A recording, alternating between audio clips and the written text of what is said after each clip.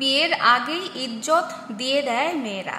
গোপন ভিডিওতে শেষ হয় মেয়েদের জীবন। দয়া করে আমার বোনেরা সতর্ক হয়ে যাবেন। বয়ফ্রেন্ডের সাথে শুয়ে আছেন, ভিডিও করছেন। একদিন আসবে যেদিন আপনার এই বয়ফ্রেন্ড আপনার আর আপন থাকবে না। আপনার একদিন বিয়ে হয়ে যাবে এবং আপনার এই ভিডিওগুলো নিয়ে সেই বয়ফ্রেন্ড আপনাকে দিনের পর দিন ব্ল্যাকমেইল করবে।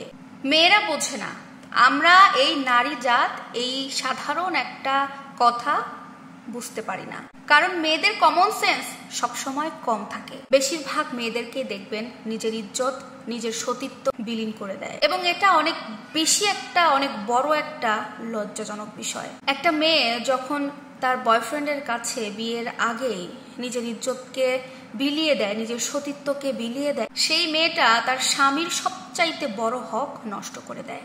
একজন মা হওয়ার যে গৌরব তার মধ্যে থাকতো, যে পবিত্রতা তার মধ্যে থাকতো, সে সেটা নষ্ট করে দেয়। এই দাগটা যখন একটা নারীর জীবনে লেগে যায়, নারীর জীবন নষ্ট করতে আর কিছু দরকার পড়ে না। এই একটা কলঙ্কের দাগ মেয়েটার জীবন নষ্ট করতে যথেষ্ট হয়ে যায়। আমাদের আল্লাহ তাআলা কিন্তু একটা কথা বলেছেন, জেনা করো না এমনটা নয়, বরং তোমাকে যে কাজটা জেনার দিকে ডাকতে পারে এমন কাজের আশেপাশেও তুমি যেও না। আল্লাহ তাআলা যেখানে বলেছেন জেনার আশেপাশেও যাওয়া উচিত নয়, যাওয়া যাবে না, সেখানে আমরা মেয়েরা কি করছি? বিয়ের আগে নিজেদের ইজ্জত, সতীত্ব সবকিছু একেবারে বিলিয়ে দিয়ে আসতেছি। আল্লাহ তাআলা আমাদের সব মেয়েদেরকে বোঝার তৌফিক দান করুক।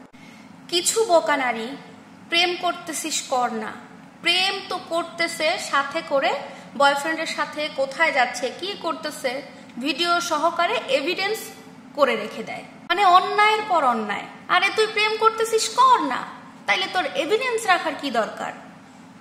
একটা অন্যায় তো করতেছে, সাথে আরো একটা অন্যায় করার রাস্তা তৈরি করে দিয়ে যাচ্ছে। বোকা নারী প্রেম করতেছে, রেস্টুরেন্টে যাচ্ছে খাইতে, তার সাথে ছবি তুলতেছে, হোটেলে যাইতেছে, তার সাথে ছবি তুলতেছে, বয়ফ্রেন্ডের গায়ের উপরে শুইতেছে, সেটা ছবি তুলতেছে। একটা সময় আসবে যখন এই আপন বয়ফ্রেন্ড আর আপন থাকবে না, তখন একটা সময় বিয়ে হয়ে যাবে মেয়েটার।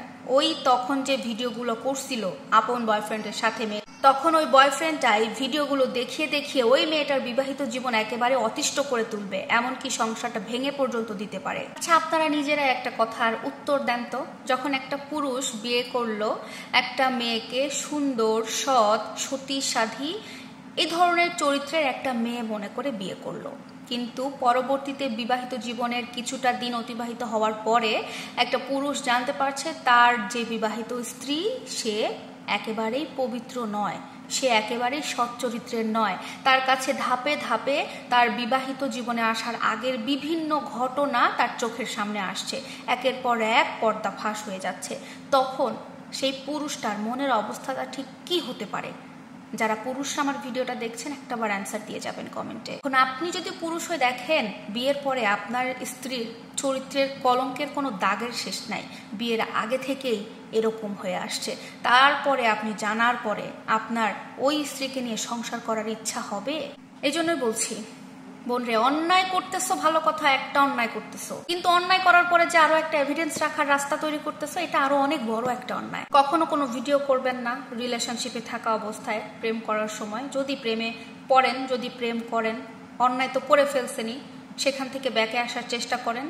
কোনো ছবি তুলবেন না, কোনো ভিডিও করবেন না, কোনো প্রকার কোনো এভিডেন্স, কল রেকর্ড কিছু করবেন না। তো একটা কথা মনে রাখবেন, যদি আপনি এভিডেন্স রেখে দেন তাহলে আপনি আপনার অতীত তো নষ্ট করেছেনই, আপনি আপনার ভবিষ্যৎটাও নষ্ট করবেন, মনে রাখবেন।